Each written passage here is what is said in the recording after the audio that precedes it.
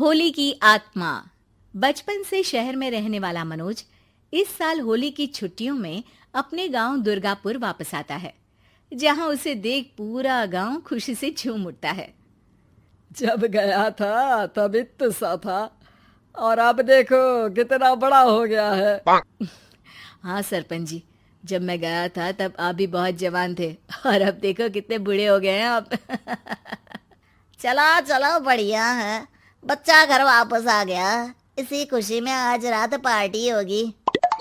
क्या बात है, गांव में भी पार्टियां होने लगी। वैसे अगर पार्टी की बात है तो आज क्यों सीधा होली पार्टी करते हैं। होली पार्टी की बात सुन चहल पहल में अचानक सन्नाटा छा जाता है, जिसे देख मनोज को कुछ अजीब लगता है, लेकिन तभी सरपंच बात पलट देता है। अब बहुत देर हो गई, चलो सब अपने घर चलो, पार्टी के बारे में कल सोचेंगे। मनोज भी मम्मी पापा के साथ घर आ जाता है, पर होली पार्टी और उस पर पूरे गांव की खामोशी वाली बात अभी तक उसके जहन से निकलती नहीं। पापा, होली पार्टी की बात पर सब चुप क्यों हो गए थे? अरे होगी उनकी कोई अपनी बात, मुझे गांव की पंचायती थोड़ी पता है। थक गया हूँ, चलो सो जाते हैं, कल बात करते हैं। पापा की बात मानते हुए मनोज भी सोने चला जाता है। आज तो छुपा लिया, लेकिन हफ्ते बाद जब होली का दिन आएगा तब इसे कैसे रोकोगे?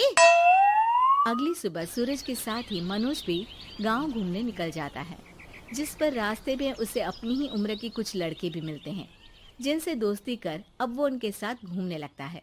इसी तरह कुछ दिन बीत जाते हैं और होली नजदीक आने लगती है। दोस्तों, होली में 4 दिन ही बचे हैं, पर गांव में उसकी कोई तैयारियां क्यों नहीं दिख रही? क्योंकि यहाँ होली नहीं मनाई जाती। अरे पर ऐसा क्यों? वो राजा भूषण। अरे तुम 4 दिन के लिए आए हो, क्या इतना सोच रहे हो? चलो कुछ खाने चलते हैं। इसी के साथ एक बार फिर होली की बात को टलते हुए देख मनोज को शक होने लगता है। वो घर पहुंचते ही इंटरनेट पर अपने गांव और राजा भूषण के बारे में जानकारी निकालने लगता है। क्या? मुझे आज तक ये नहीं पता था। ऐसा कैसे? किसी ने मुझे कुछ बताया क्यों नहीं? सारी जानकारी लेने के बाद मनोज गांव वालों या अपने मम्मी पापा से कुछ पूछे बिना खुद ही उसकी सच्चाई के बारे में छानबीन करने लगता है, जिसके चलते वो राजा भूषण की हवेली में पहुंचता है। वाह, क्या हवेली है यार। पर क्या यहाँ सच में कोई भूत है? हेलो भूत जी, कोई है क्या? हम इस साल गांव में होली सेलिब्रेट कर रहे हैं, क्या आप उस पर थोड़ा इंटरव्यू देंगे?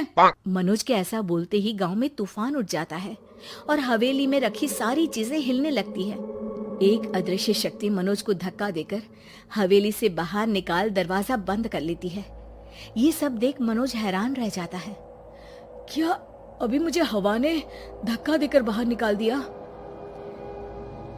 मेरे होते हुए इस गांव में कभी होली नहीं बन सकती, इसलिए दोबारा ऐसी कोशिश भी मत करना, अंजाम बुरा होगा। आवाज सुन मनोज हैरानी से इधर उधर देखने लगता है, पर उसे कोई दिखाई नहीं देता। वो गांव वापस आ जाता है, जहां तूफान की वजह से सब कुछ तहस महस हो चुका होता है। आखिर ये तूफान आया कैसे? ना ऐसा कोई मौसम था और ना ही हमने होली का त्योहार मनाने की बात की थी। सरपंच की बात पर कोई रिएक्शन दिए बिना मनोज चुपचाप अपने घर चला जाता है। इस तरह देखते ही देखते होली का दिन भी आ जाता है और मनोज रंग लेकर गांव में निकल जाता है, लेकिन गांव पूरी तरह खाली होता है। अरे त्योहार का दिन है, धूमधाम की जगह मातम क्यों मनाया हुआ है?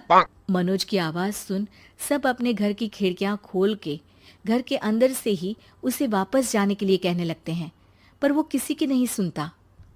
तुझे पहले भी समझाया था, अगर होली खेलने की कोशिश भी की तो अच्छा नहीं होगा। अरे बात मान लो बेटा, तुम्हें सच नहीं पता। मुझे सब पता है।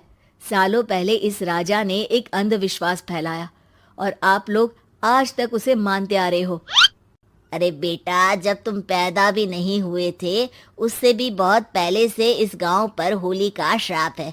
अगर गांव में होली का त्योहार मनाया जाता है तो प्रलय आना पक्की बात होती है।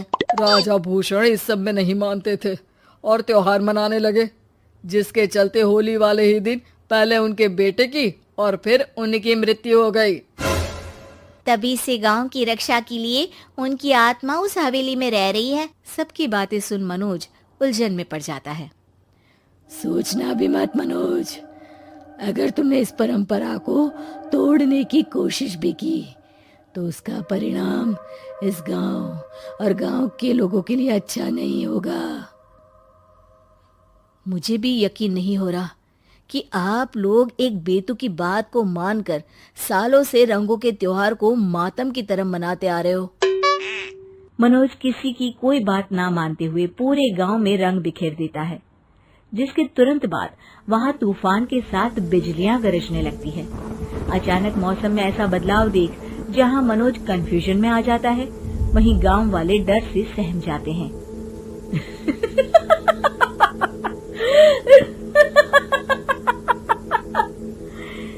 इस लड़के ने हमारे जैसे सिर्फ अपने स्वार्थ के लिए नहीं बल्कि पूरे गांव की खुशियों के लिए यहाँ होली मनाई है, जिस वजह से अब इस गांव पर होली का श्राप टूटता है। ऐसा बोलकर राजा का भूत वहां से गायब हो जाता है, जिसके बाद गांव के लोग धूमधाम से होली मनाते हैं।